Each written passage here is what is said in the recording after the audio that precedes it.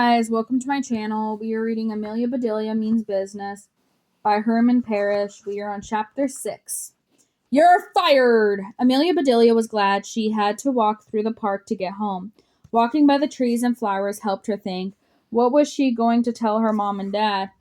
Her very first job had lasted less than an hour. They might not feel so proud of her now. Amelia Bedelia spied a big bed of flowers. I know, she said to herself. I'll bring Mom some flowers, then she won't be mad at me. Amelia Bedelia had seen that work for her father, then her mom was upset when her mom was upset with him. It was worth a try now. She picked a bunch of flowers in different colors and surrounded them with a circle of daisies. Daisies were her mom's favorite, hers too. She had just finished making the bouquet when a policeman walked up. Little girl, he said, where did you get all those flowers? Right there, said Amelia Bedelia. I didn't leave many, but there are still enough for you. The policeman looked where she pointed. You've cleaned out the entire flower bed, he said. No, I didn't, said Amelia Bedelia. It's still very dirty. The policeman shook his head. You can't pick flowers in the park. They're for everyone who lives here to enjoy. I live here, said Amelia Bedelia. So does my mom. She picks these for her. I pick these for her. You can't do that, the policeman said. In fact, you shouldn't even be standing here. Can't you read that? He pointed at the sign stuck in the lawn. It says, keep off the grass, said Amelia Bedelia. That means you, said the policeman. Amelia Bedelia looked at her feet. Then she looked at the policeman's feet. What about you? She asked. You're standing on the grass too. The policeman looked annoyed. Are you talking back to me? He asked sternly. Amelia Bedelia wasn't sure what to do. She wanted to answer him, but she'd have to talk back to do it. Finally, she said, yes, but you started talking to me first, so I talked back to you.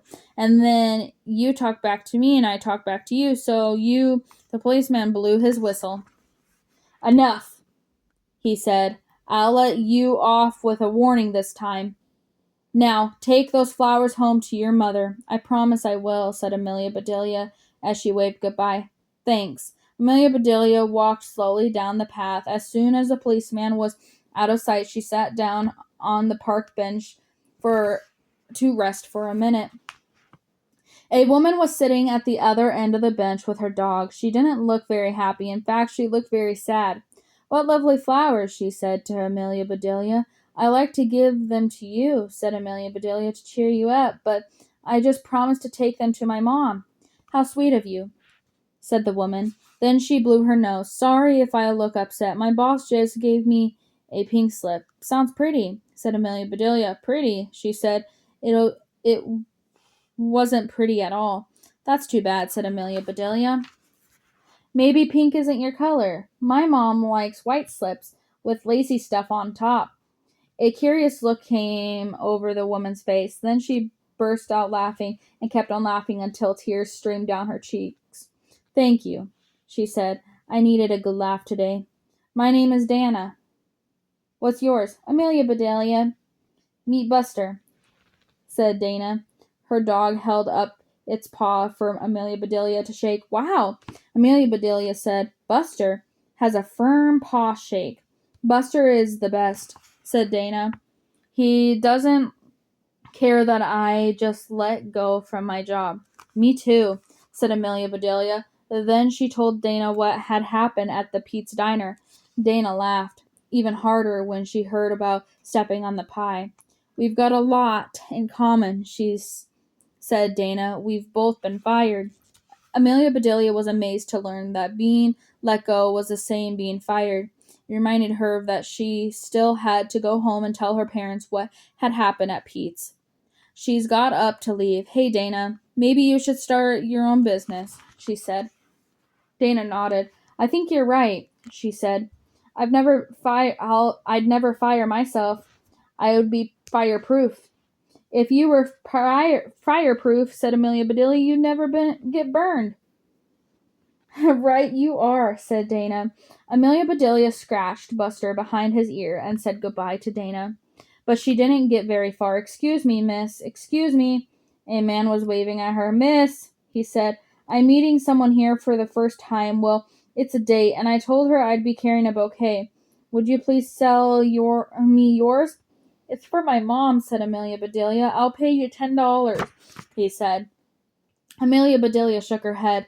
No, I promised. How about $20? He asked. $20? Here you go, she said, handing him the bouquet of flowers. Thanks, he said, handing her a crisp $20 bill. $20! Amelia Bedelia waved to Dana and was on her way once again. But then she heard a familiar voice. She peeked over her shoulder. The policeman had stopped the man with the bouquet. Amelia Bedelia began to walk faster.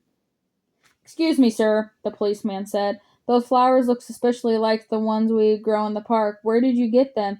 I just bought them. She heard the man answer. From a sweet little girl. Amelia Bedelia began to trout. What little girl? Asked the policeman. Amelia Bedelia began to run. She darted through the park gates, running as fast as she could. She flew by the sign that said, Slow children. I'm not having much luck with signs today, she thought as she raced home. By the time she got to her house, Amelia Bedelia was out of breath. Her parents did not seem surprised to see her. We got a call from Pete, said Amelia Bedelia's father. Next time, call us and we come get you. There won't be a next time, she said. Amelia Bedelia. Oh, sweetie, her mom said. It was a good try. What did you learn from your first job? Asked her father. I learned that the customer is always right, said Amelia Bedelia. That's what they say, said her father. Did you learn anything else? Asked her mother. Yes, said Amelia Bedelia. I learned that sometimes a customer is crazy. Amelia Bedelia's parents smiled.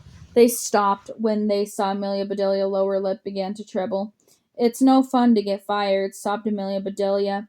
Now I'll never get that bike. Her parents hugged her and hoisted her into their arms. Don't worry, they said. We have an idea. And that is the end of chapter 6, guys. I will see you guys in chapter 7.